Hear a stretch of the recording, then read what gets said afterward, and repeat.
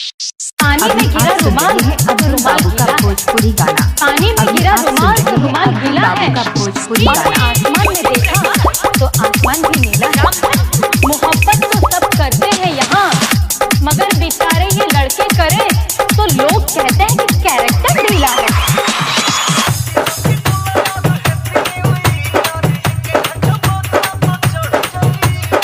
अच्छा अच्छा अच्छा